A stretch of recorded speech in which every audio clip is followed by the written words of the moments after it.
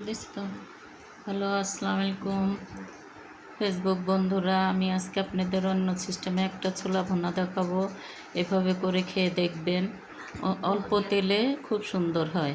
ওখানে ছোলার মধ্যে আমি হলুদ গুঁড়া, মরিচ গুঁড়া, জিরা গুঁড়া, তারপরে আপনার ভাজা মশলাগুলি, বিভিন্ন মশলা গুঁড়া করা, ধনিয়া গুঁড়া, সব কিছু একটু ছোলাটা পানি দিয়ে দিলাম। মানে ছোলাটা আগে থেকে প্রেশার কুকারে আমি সিদ্ধ করে নিয়েছিলাম।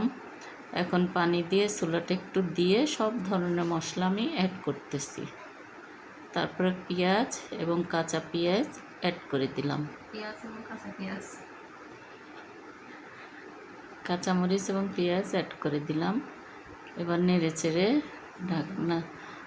চেড়ে ঢাকনা দিয়ে ঢেকে দিব। অল্প তেলে এই ছোলাটা ভুনা করা যায়। আর এমনি